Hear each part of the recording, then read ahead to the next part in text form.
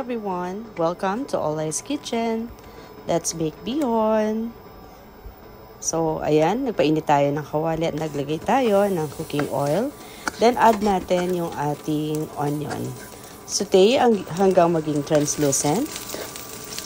Bago natin, i-add yung ating roasted garlic.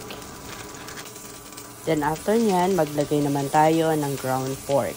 Pwede din kayong gumamit ng sliced pork, pero mas madali kasing lutuin kapag ground pork. So, igisa lang natin yung ating ground pork for a few minutes. Hanggang yung ground pork is mawala na yung pagiging pinkish niya. Then, mag-a-add tayo ng Chinese na sausage. So, yung parang chorizo.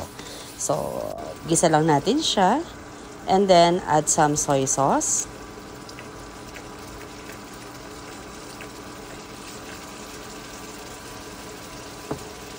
Then, ngayon naman mag-add tayo ng hot water. Hot water ginamit ko para madaling kumulo.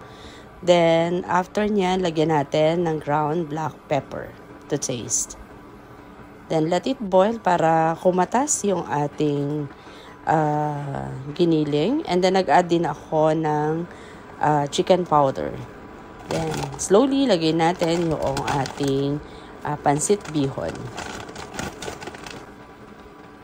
So, habang pinapakuluan natin, ang ginagawa ko, yung gumagamit ako ng tinidor para ma-separate yung noodles. So, para maghiwa-hiwalay yung ating bihon. Then, haluin lang natin siya. And, lagay natin yung ating vegetables. So, una ko nilagay yung carrots kasi mas matagal itong lumambot.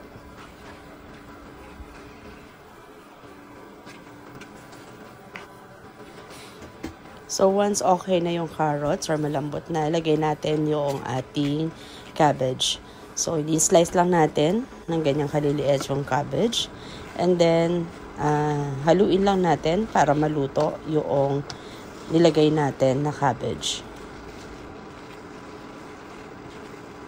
So, after maluto ng cabbage, ang ginawa ko, nag-add ako ng additional na roasted garlic. So, mas masarap kasi yung pansit bihon kung mas marami siyang garlic. Pero kung hindi kayo mahilig sa bawang, pwede nyo namang hindi na mag-add ng garlic. So, haluin lang natin para ma-incorporate yung additional garlic na nilagay natin doon sa ating pansit. So, bago hanguin, tikman muna natin kung tama na yung timpla niya. So, yan. Okay. Masarap naman. So, pwede na.